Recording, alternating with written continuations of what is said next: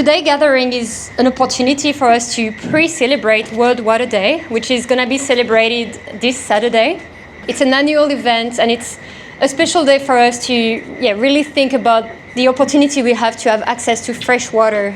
It's a gift. It's not accessible to everyone, but it's a gift that is threatened by all the ecosystem crises that we're facing. So this year, World Water Day is focusing on protecting glaciers, and their key message is that glaciers are melting faster than ever, and it's definitely accelerated by climate change. Glacier retreats threaten devastation, including here in Australia with our coastlines. And glacier preservation is a survival strategy. We need them for freshwater resources, and the more they melt, the more sea level is gonna rise, and the more Australian coastline are exposed. So we're not gonna dive on this topic today, but we definitely invite you to share that in the coming days to make people understand that connection between climate change, glacier melting, and the risk to coastline communities. So today we want to bring you more around what are the living waters that we have access to around Sydney, and how can we regenerate them with a connection to our food system as well. So for that, we've got amazing speaker. So today with us, we have Kyle, who is the owner and the founder of Tierra Projects, a landscaping company rooted in regenerative design and permaculture. And through Tierra Project, Kyle is transforming urban spaces into productive and thriving ecosystems. After Kyle, we're going to have Eric, Eric studied horticulture and landscape architecture. And you first operated a landscape and design and construct business in Sydney. You joined the North Sydney team after a few years, where you did their gardening volunteer coordination for 4 years. Correct. And since 2020, Eric is leading a Water Up sales team, where he's bringing all of his experience in that space to help people design garden using the wicking beds.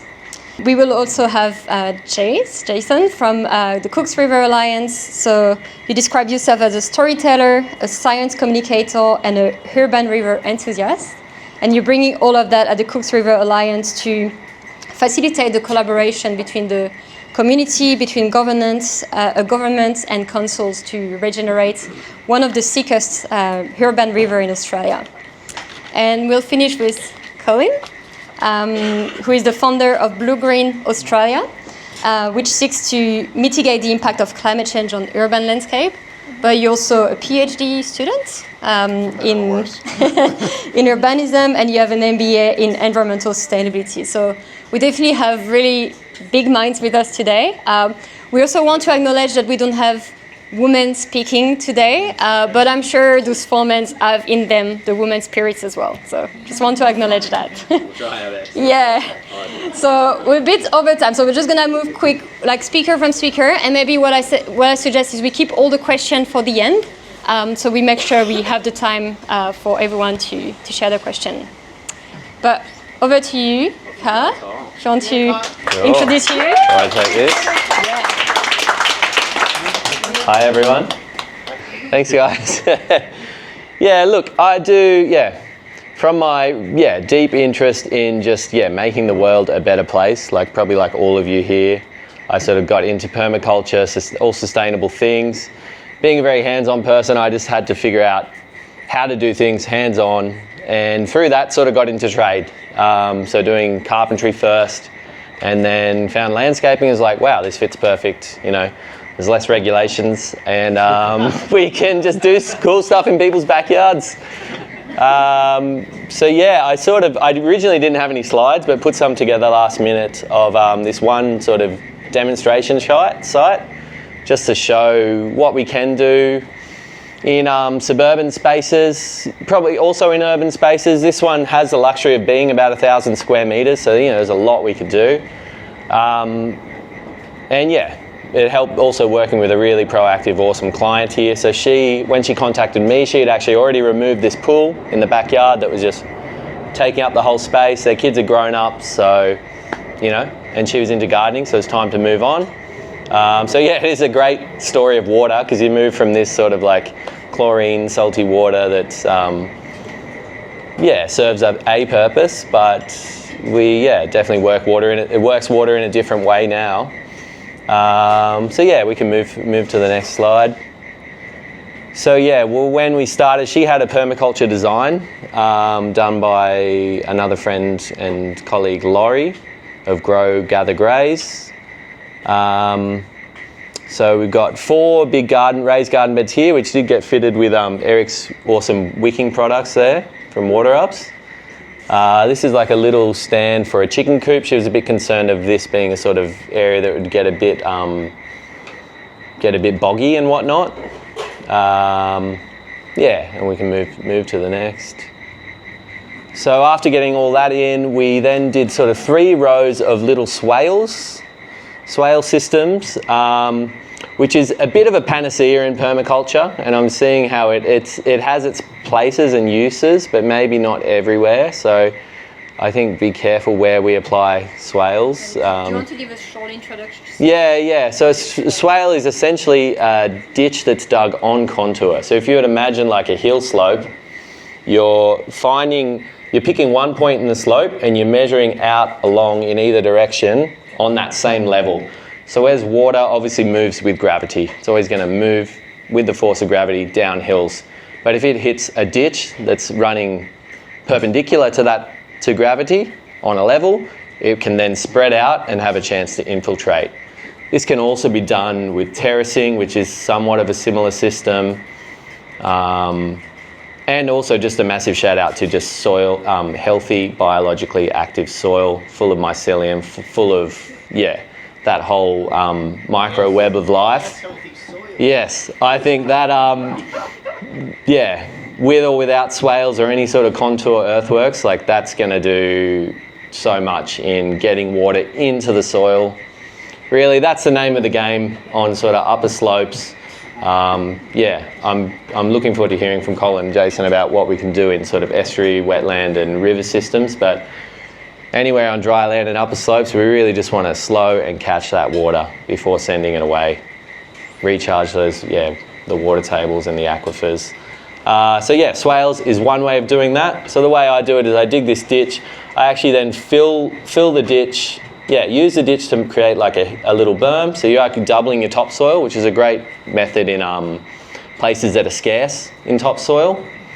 And then I actually, on this sort of small suburban scale, because a lot of this is done on broad acre with big machines and whatnot, this is just hand dug, we then fill this with mulch. So it actually doubles as a pathway to access the swale that's then planted out.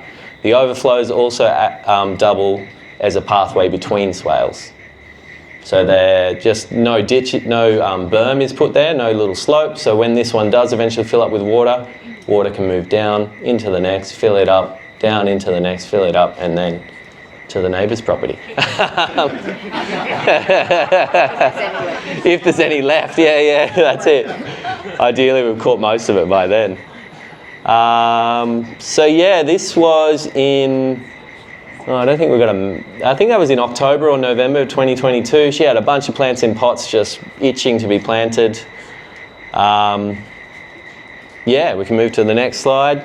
That was December and then into March. So a couple of months, a lot of this banner grass that we planted that I go with a hedge trimmer and just sort of constantly chop it down as biomass. You never have to buy mulch again if you plant some of that and have a hedge trimmer or a machete or whatever. It depends on how much time you got. And to the next, I guess. Thanks, Mylene. And that's how it looks. So I got the client to send me a photo just the other day. She has a massive rat problem, so we since came in and enclosed those garden beds, rat-proofed them. It's just a jungle. Nice one. Well done, dude. Yeah, I'm very keen to see more backyards like this. But we've got bananas, there's a mulberry there, papaya, all sorts of annuals in the raised garden beds. This is a trellis with a blackberry of some sort. Nice, yeah. There's heaps of other salvias and just non-edible stuff, but they're providing other functions and a great chop and drop, great pollinator attractors. all sorts. Yeah. Different people come to you because they want to increase water retention, or they want more food production, and then you bring the water retention as a... Yeah, well, water is life, so that's very much one of the core things you got to start with if you want to grow food or grow anything really. So yeah, different people come for different reasons. This is like my dream client because she does most of the gardening work. I just get to come in and, you know, chop the bananas down with a machete and do all the real fun stuff once in a while. But she's pretty much running this show herself. I've just helped set up the infrastructure. Yeah, that's very much what I'm into. Just trying to set things in the right place so people can do their own thing and yeah, create abundance. Beautiful. Yeah, Amazing. I think I'm happy to pass it on there to. Yeah, pass it on. Get your question for after. Still on? Yeah, I think we're moving with more like you're working with the urban garden, but also at the broader scale, the city scale. Everything. There's nothing we can't do. But Kyle's introduction was absolutely beautiful. Yes, absolutely. We need to. We need to sort of protect the water cycle, the urban water cycle. So much of it, we just take big pipes from the dam, pollute it, fill it with silt, send it down other big pipes, quickly skim the top, put it into a river and say, you know, we've done our job. And that's not it at all. We need to... Where's Jackie? Yeah. What do you like to do with water, Jackie? I like to do the same thing. We like to... Slow it, spread it, sink it, store it. Store it, and that's where Water Ups comes in. Thank you very much. Terrific. There you go, not a sales pitch, that's come from the boss. All right, fantastic. This is what I'm here talking about with you guys today. Put your notebooks down, this is going to be very quick. I've got a lot of slides to get through. So look, I'm going to give you a quick introduction to wicking. Show of hands, who knows what wicking is? Come on. A few more? All right. Who knows what Water Ups is? You do, Sam, you better. Fantastic. All right, obviously we want to store, conserve and use water in a diverse amount of places that we can. And I'm going to tell you a couple of problems I've come across and how I have solved them with nature-based solutions, which is exactly what Water Ups is. Bring it on. All right, why do we use Water Ups? It's a fantastic way to create and maintain a healthy soil biome. So when we gravitationally water, when we add water from above, we're giving our soil water once a day. Gravity does a great job. It's going to take that to the roots of our plants, but gravity doesn't know when to switch off, and it's going to keep taking it beyond the roots of our plants, and we're going to end up with dry soil. We always favour the morning when it comes to irrigating because we're absolutely dead scared about molds, mildews and funguses, and we don't want to create a humid environment at the base of our plants at the end of a 40-degree day, even though they really, really need it. We can support polycultures above a wicking system because there's a constant level of moisture, so the roots just drop down to the level that they actually need to thrive and survive. Right, we capture water on our site, right? We all know about detaining water and slowing it down before it gets into our antiquated drainage systems. But we actually want to, not only do we want to detain it, but we want to retain it as well. We might as well, why let it all run off the site just to pump it back tomorrow? And finally, obviously, you know, irrigation systems. I was watching out over the corner here as you all struggled and tried to rip out all the drip irrigation to work around it and weed and then put it back together. Probably might have even found a couple of little rats that have gotten into it as well, which means now you've got to replace a part of it and throw the whole thing away. What's next? Fantastic. This is what soil looks like in the water. What water looks like in the soil. Free beers, eh? When we water, we saturate the soil. We push all of the air out of it, and we create anaerobic conditions. Show of hands, who knows what anaerobic breakdown is? Probably quite not enough. Anyone picked a bucket of weeds one day, put them around the side of the house, it's rained the next day, you forgot about it, you've come back and it's a bubbling mess. All right, that is anaerobic breakdown. That is composting without oxygen, and it's terrible, smelly and disgusting, and plants don't like it. After a little while, we end up, our soil gets to a term what we call field capacity. Show of hands, anyone know what field capacity is? One. Up you get, tell it. No, I'll do it for you. All right, when we talk about soil, only 50% of soil is what I'm going to go home and wash out from under my fingernails at the end of the night. All right, The rest of it is the air gaps in between our soil, and that is incredibly important. We expect soil to be about 50% of the volume of what we call soil, the other 50% of the air gaps, and of that we want half of that to be water. That is now field capacity. 50%, well, let's say 45% minerals, sand, silt, stones, that sort of stuff. 5 to 10% organic matter, then we want 25% air, and we want 25% water. And that is where wicking keeps you. Please don't let it get to the permanent wilting point, and that is pretty much where most of our gardens get at the end of the day. Show of hands, when do plants grow most? During the day when the sun's up, or at night when the sun goes down? Night, beautiful. We make sugars during the day and we respire and we grow at night. Do you send your kids to bed with no food in their tummies? Times are tough, mate. Get a backyard garden. Right, we don't send our kids to bed with empty tummies, but we send our plants to bed with no water and no food, because water is what's breaking down that organic matter and turning it into food for the plants. Right, let's see what's on the next one.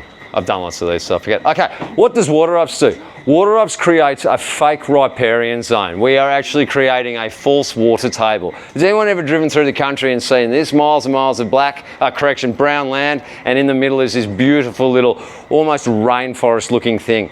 All of these plants here are feeding off the water table that creek is providing. And that water is there 24 hours a day.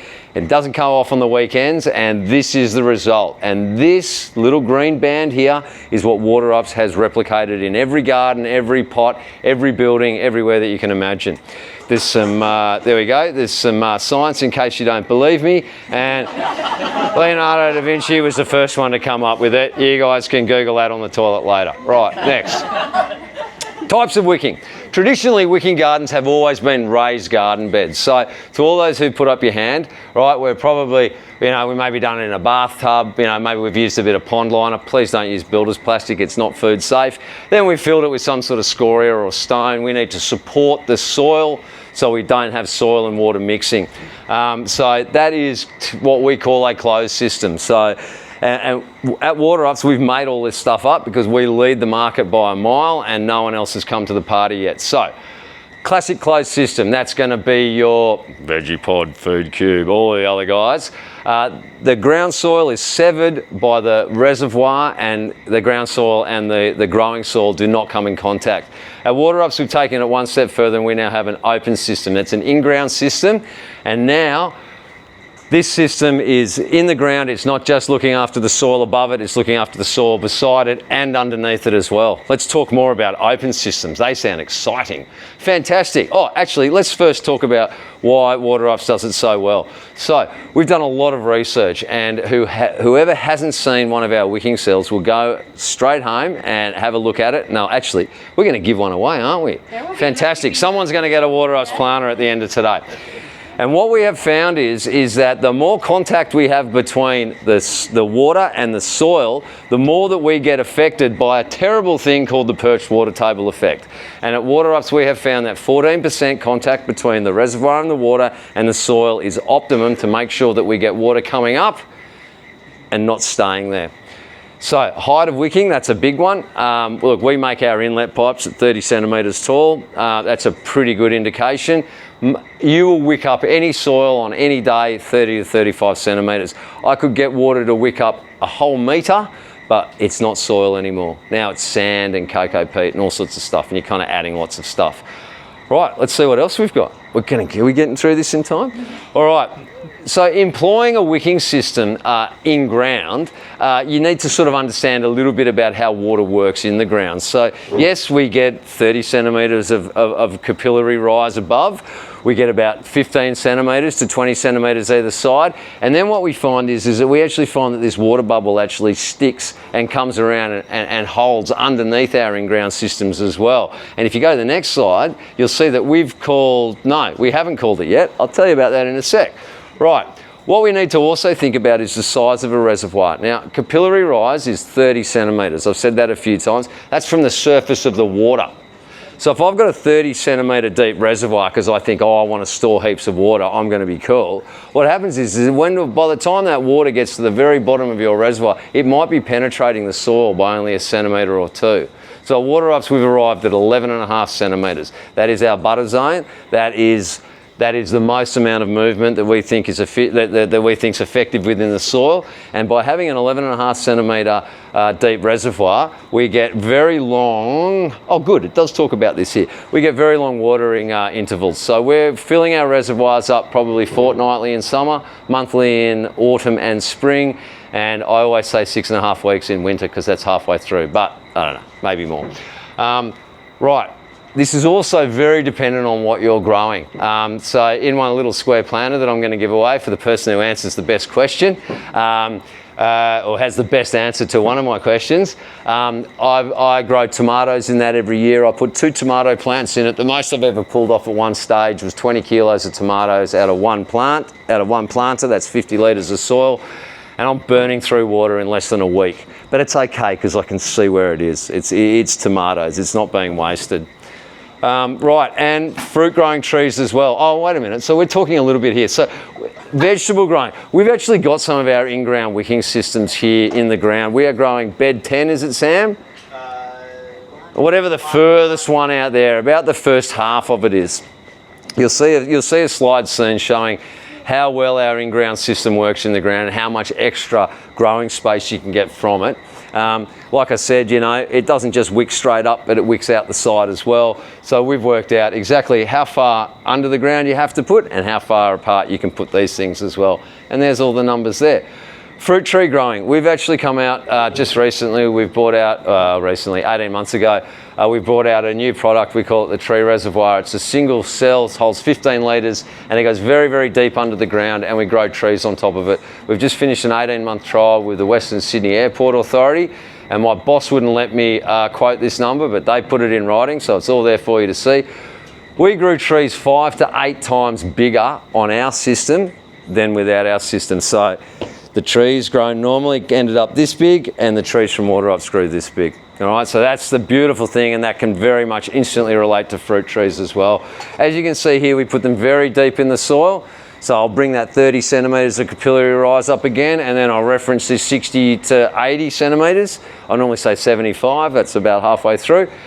What's happening there is that the water is still only coming up 30 centimetres into the soil, which means we've got another 30 centimetres of dry soil above it. But if you go and put a 25 litre bag or a 45 litre tree or something on top of it, now the bottom of your root zone is at the top of our wicking zone, and all the roots are going to do is go down. We find that we get all sorts of benefits from having this. By having quite dry soil on the top, we get very little weed or unintended plants coming in and overpowering our trees as well. And not only that, by having dry soil, bugs won't lay their eggs in dry soil, and also we've cut down on humidity, so we're not getting any molds, mildews or funguses as well. So we get everything off to a great start. What's next? I don't know how many we have, but we may have to wrap up.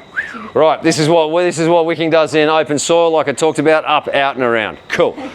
These are all the great things about it. These are some of the things that aren't great about it. So we're actually servicing 4 times as much soil from the same reservoir, which means that we are going to go through that water a little quicker. So that 2 weeks I told you before in a closed system, you might be filling up an open system a couple of times a week. We can more intensively plant these. I'll show you a great picture of that before. The problem with putting something that's not in a ditch, like Kyle does with his swales, is that we can't capture and reuse water as well, and we do have a problem of other greedy roots coming into our growing zone as well when we haven't severed the ground soil from the growing soil. And then this last one is my problem. Sandy soils have a siphon effect on an in-ground reservoir, and we'll get to that in the last slide. All right, this is what my experiments look like. This is water travelling up, out, and if this picture was bigger, around. This is what drip irrigation does. We're all told, Netafilm tells us all the time, as soon as it hits the water, it cones out. Well, it doesn't. It goes straight down, and what we've left here, we've got bands of life and we've got bands of death, and never the two shall meet. Right, we've got terrible, there's a wonderful thing, it's called hydraulic migration, where water and nutrients and all sorts of things go sideways. Kyle will tell you all about mushrooms and how they help trees share nutrients and all sorts of things like that. And this isn't happening in these bands of dry soil. This is what it looks like when we have a drip irrigation going straight down, and this is what it looks like when we've got an open wicking system. As you can see, we're providing a lot more water so we can do twice as many vegetables. Halo effect. That's what I was talking about, was the halo effect. And this is what it looks like in real life, because it's all good to do little experiments and things like that, but what you really need to do is to actually grow this stuff.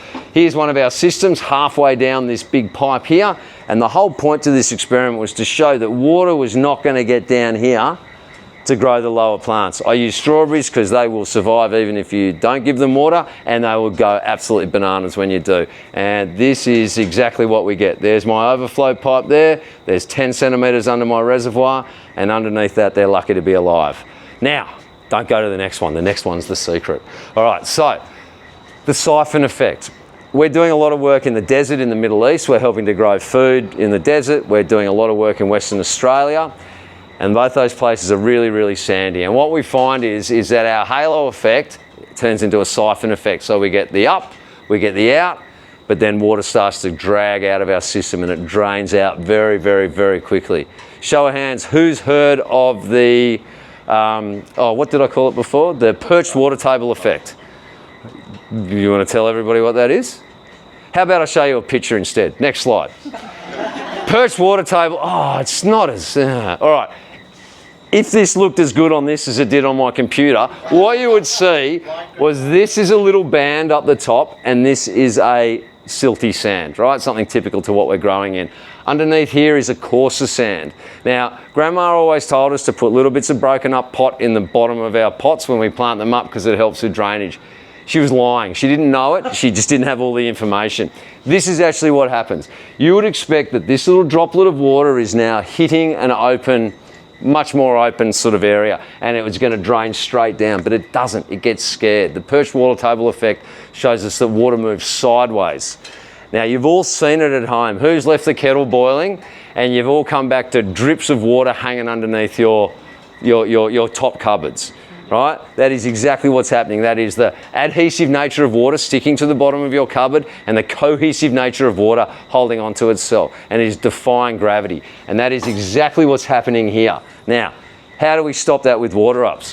What we do is we put aggregate around our system. So now finer soil is going above this and we've got aggregate around our system. So now the water goes up, it goes out, and when it hits that aggregate, it moves sideways and it comes back into our reservoir. And so we've been able to solve all of our siphoning issues with a nature-based solution. Next slide will say thank you.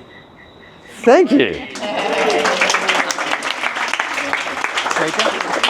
Only 7.5 minutes. Yeah, thank you. That was quite technical, but let's move to another part of the watershed. Yeah, the river wetland one. Thank you both. I feel like we've gone from like we're looking at the details to I'm a bit more vibes based. So this one's going to be a little bit more vibes based. So come with me. We're going to zoom back out a little bit.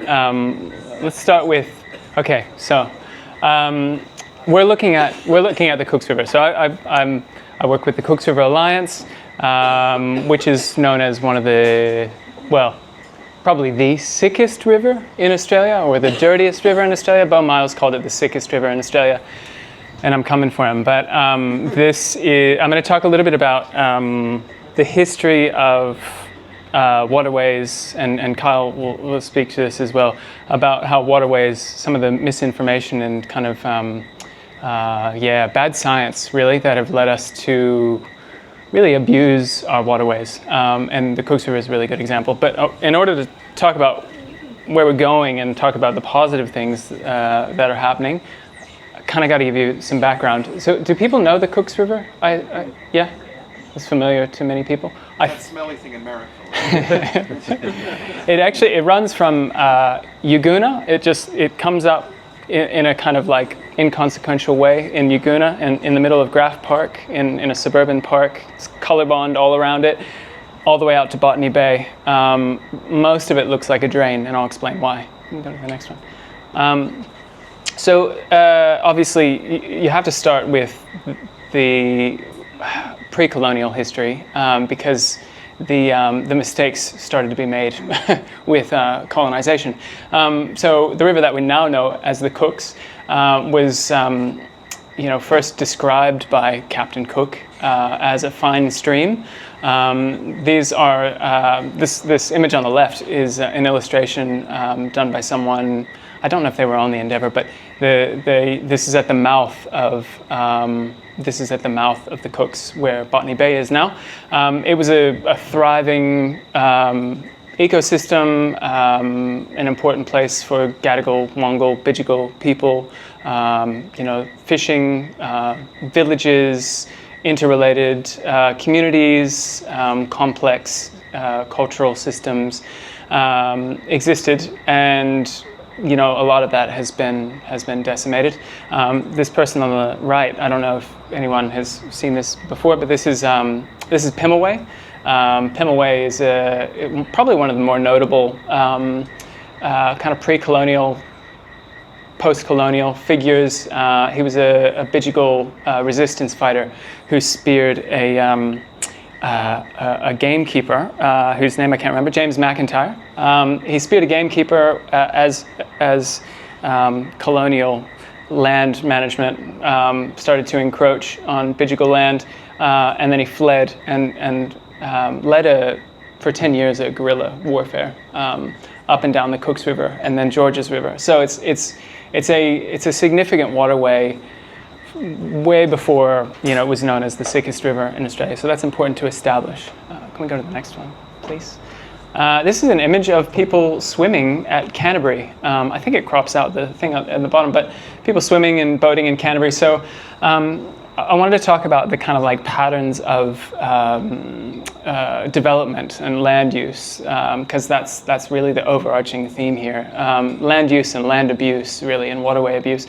I can't remember when exactly this photograph was taken, but the Cooks River, first it was an early point of colonial contact, violence, worth looking into the history, and it very quickly became a kind of bucolic escape for people in the colony moving out to start farms. So the first wave of land use was colonial land use was agricultural. Actually, it's kind of hard to imagine now if you go to the Cooks River, anywhere along the Cooks River, except for the market gardens in Kaima, which still exist. It's hard to imagine agriculture along the Cooks River nowadays. But this was like a kind of pleasure grounds for the colonial land grabbers. Can we go to the next one, please?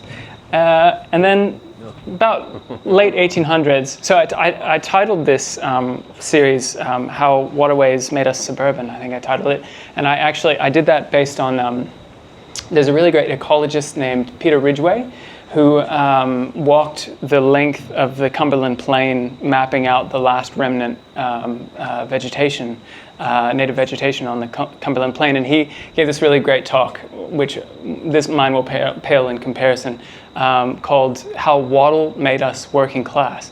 And he very, very good. I highly recommend his book. And he talks about, it kind of draws this line between waterways and the tanning industry, which was very brief in Western Sydney. It was this blip on the map. It lasted about 4 years, the tanning industry, but it was enough to push working class people out into Western Sydney. So, class and development followed the waterways.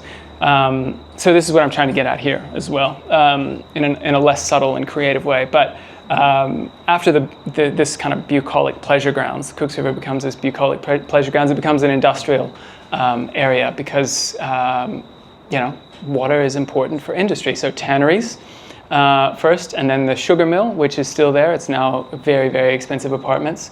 What else was there? So CSR was Colonial Sugar Refinery, which we still have that brand that started on the Cooks River in Canterbury. And anyway, the waterway was then seen as purely utilitarian. So everything that these guys are trying to address, they had this mentality that you get the water to where you need to exploit it, and then you use the water for whatever, for washing hides or whatever, and then rush it back out to the ocean as quick as possible. It was a utility. So it went from this living, the river had ecosystems, complex ecosystems, to a drain. I think this is late 1800s. Can you go to the next one, please? Fast forward to this is late 80s. There's a really great Sydney Morning Herald article from the late 80s called "Filth and Fury." There's been a couple of things that have come up that I'm like, that's a really good metal band name. Filth and Fury. Filth and Fury is a really good punk band. But this was in the 80s, and this was a DIY homemade sign. Someone saying, if your pets fall in. Someone actually told me their dog jumped in when they were living there in the 80s. This is in Campsie, and their dog immediately started having seizures. It was a brutal hellscape, the Cooks River, and I guess along with the degradation came the realization that they were degrading it in real time. It was kind of interesting. By the early turn of the century, there was the Cooks River Improvement League. I should back up a step. There was the Cooks River Improvement League. This they had the wrong thinking, to say the least. The idea was still to get the water as quickly away from the suburbs as possible, because water was seen as filthy and dangerous, and it breeded disease. And it's really interesting, actually, when you look at historical accounts of wetlands and things. It's like they moralized it, like wetlands were led to moral decay, which is a lot of projection was going on. But so, 1940s, the Cooks River Improvement Act was established or was passed, and then works related to the Cooks River Improvement Act were done. That's where all the concrete channeling came in. So stepping back, the degradation came when industrialization happened in the 1800s. And then the Cooks River Improvement Act, formalized it as a utility, get the water away from the suburbs as quick as possible. The land use started to develop from agriculture to industry to the suburbs, so how the water made us suburban. This photo is just it's just so apocalyptic that I thought it captured it really well. And in this article, they talk about how there were just these open spills from the industries all along the river, and no one could do anything about it. No one did anything about it. It was like, well, it's just out of sight, out of mind. Also worth noting that the houses, if you go to the Cooks River now, the houses that were built, let's say like around the 50s or earlier, 50s to the 80s. Turn their back on the river, and the houses now embrace the river, and they go for $5 million, which is really interesting. But can we go to the next one? So the story starts to change. Here's the Cooks River Improvement League. This is from 1920s. This is the first Cooks River festival. So people started to, as the industry changed, the land use changed, people started to move in. There was this kind of mixture of get the water away, it's disgusting, and leading to moral decay. And why don't we fix this? Why don't we have a little bit of hope in this waterway? Why can't we be proud of it? So people started to, I'm not sure who this is. I keep thinking it's Bob Carr, a young Bob Carr, but people started planting trees. People started to wonder, how is it possible to fix this river? And the thing that I find really interesting, especially having heard from really practical solutions for how to slow water down and capture water and use water, the Cooks River is often described as a wicked problem, and it's not a wicked problem. It's actually, it's a structural problem. There's legacy. There's a lot of legacy issues here, but there's a lot of structural issues. Racism, planning mistakes, environmental degradation that need to be addressed. So it's not voodoo. There's we know how to slow water down now. We know how to undo these things, but it's a bigger scale than a backyard. So it is a little expensive. Should go to the next one, please. So the positive thing. So I wanted to talk a little bit about some of the wetlands that have been reestablished since about the late 90s in the Cooks River catchment. This one is, it's hard to know by sight. I think this is landing lights. Yeah, thank you. It's landing lights wetlands. This is the last salt marsh in the Cooks River catchment. Is that right? Okay. I thought maybe you had some information. It was kind of like revitalized with Cooks River Alliance and what is now Bayside Council. It was one of the first to be reestablished. So the idea now is you're looking at really similar things to what these guys have been talking about. How do you undo the past planning mistakes, these legacy mistakes, concreting and channelizing? I haven't even mentioned the sheet steel. There's all this degrading steel that was used to cut the banks to get the water through. How do you undo that? And the idea is to, firstly, to slow the water down again. And this has so many benefits, ecological benefits, as well as, for ecological and social resilience. There's a lot of flooding in the Cooks River, and it's only going to get worse. We've done some inundation mapping, and we're actually not allowed to release that publicly because it's so shocking. People can't insure their houses already. Yeah, right? people are going to freak out and sell all of their. I'm going to leave into that. Yeah. So if you own property along the Cooks. You can give a bit of time to call in. I think. Yeah. Sorry. So one more. I'll go to one more wetland and then I'll wrap. This is Yanabadu wetlands, which is really quite interesting. It's in Chilora. If anyone's ever been to Chilora, it's there's the heavy industrial freight rail line here. So everything that comes in on Botany, Port Botany, gets put onto a shipping container and goes to Chilora. Maybe not everything, but most things. And at Chilora, it's just got this massive crane that then divvies things out, and then they go across the country. So it's got this significant piece of infrastructure. And then this, Sydney Water owns this asset. It's a Sydney Water asset, which is a big problem. But this is them doing right, actually. And they've revitalized or restored this wetland, Yanabadu, which means walk water in Darug. And it's a series of ponds. The idea here is that it comes in from Cox's Creek, an adjacent creek, a tributary, and then it fills into these ponds. It goes through a series of ponds. Slowing it down gives it enough time to filter, and when it makes its way back into the Cooks River, then it's not just unmitigated stormwater, which is the biggest problem in the Cooks River. So that's kind of an example of, I know it might not seem intuitive to talk about the Cooks River when we're also talking about agriculture, but agriculture has played a big part of the Cooks River's development. And while most of it is not arable land any longer, and probably will never be, except for Kaima, the market gardens, a lot of the same rules of how to treat water, how to deal with water, how to have maybe a more complex understanding and relationship with water are on display with the Cooks River, I think. So thank you. Hopefully that hasn't been... Thank you.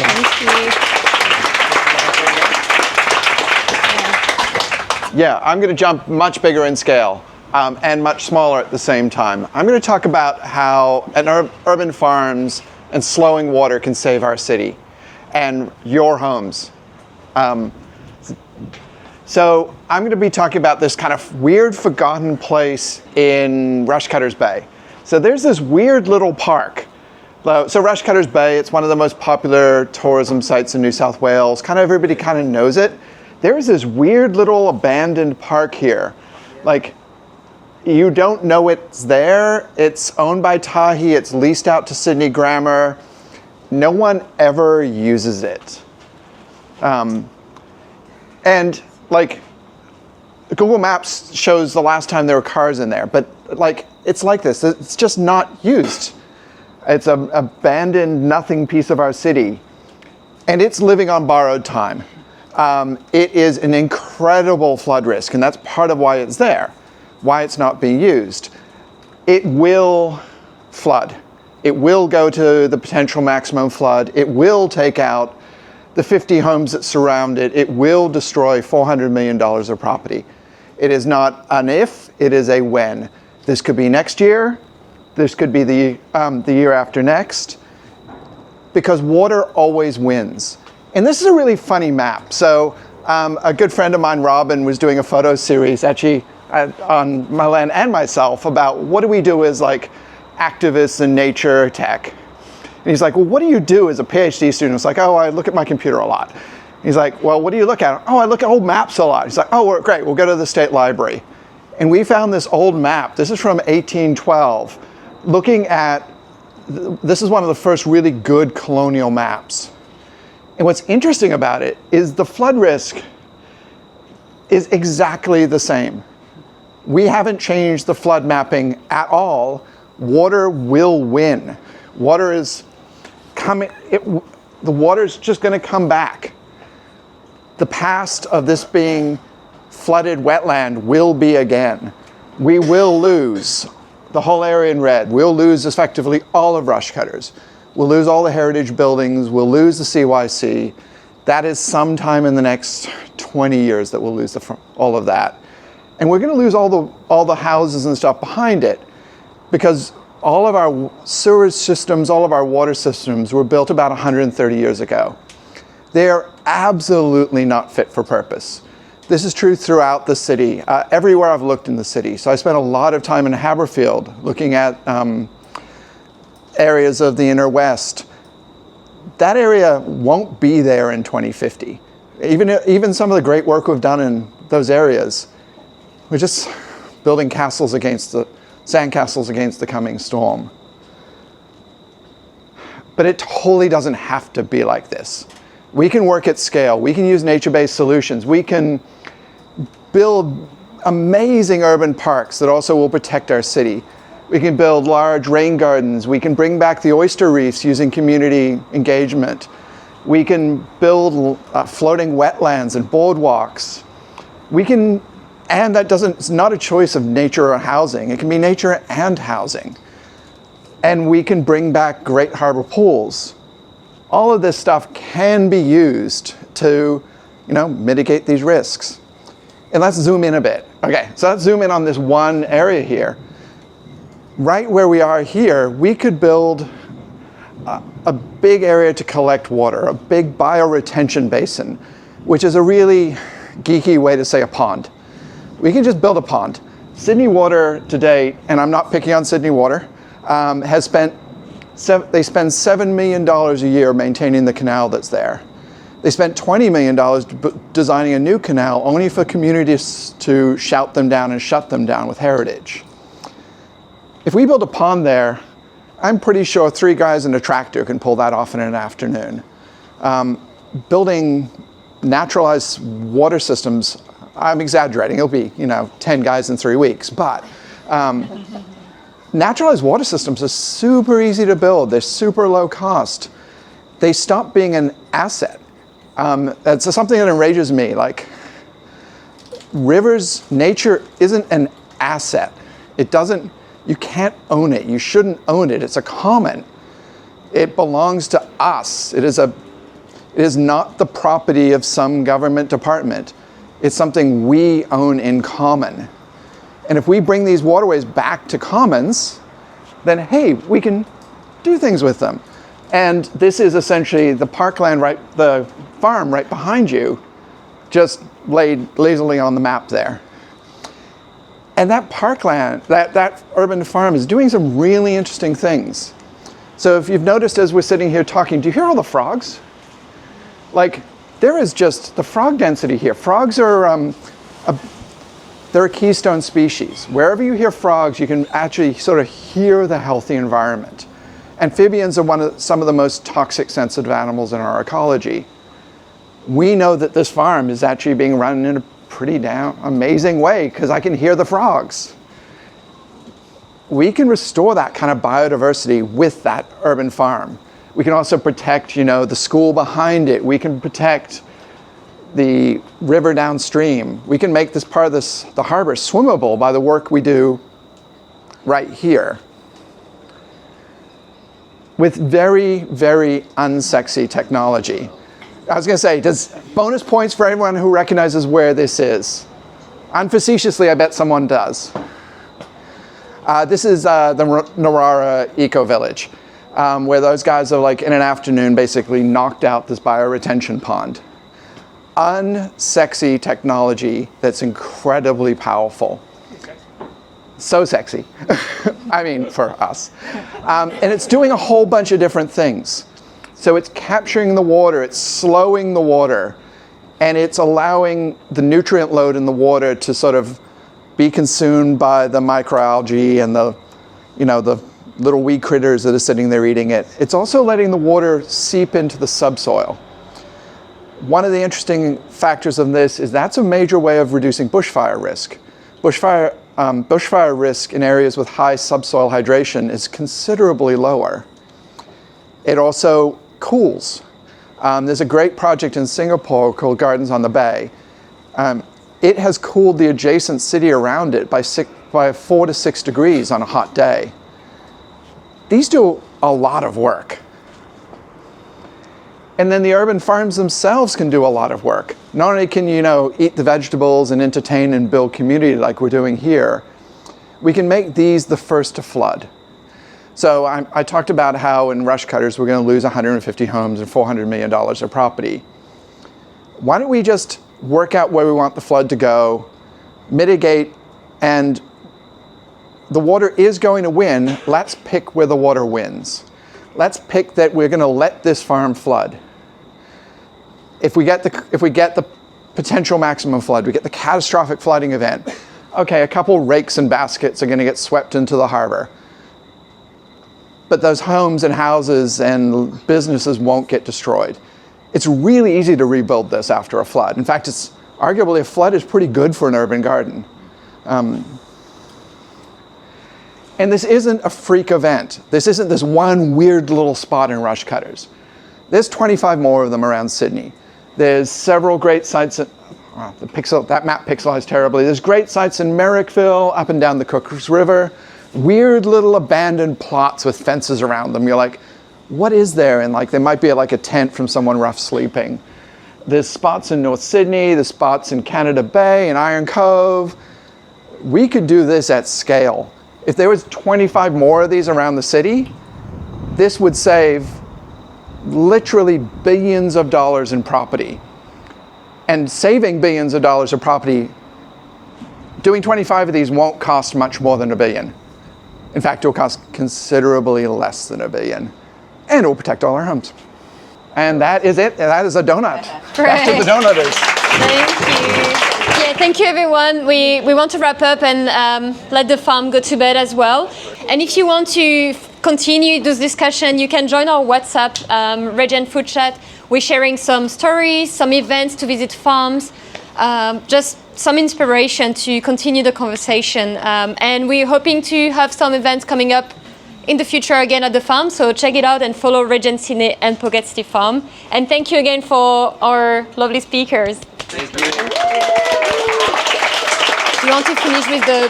Oh, right. And if you live near the Cooks River, talk to that man. They always need volunteers. Rush Cutters? Or Rush Cutters, talk to me. We've got a Friends of Rush Cutters group sort of spun out of us recently. So, we need people.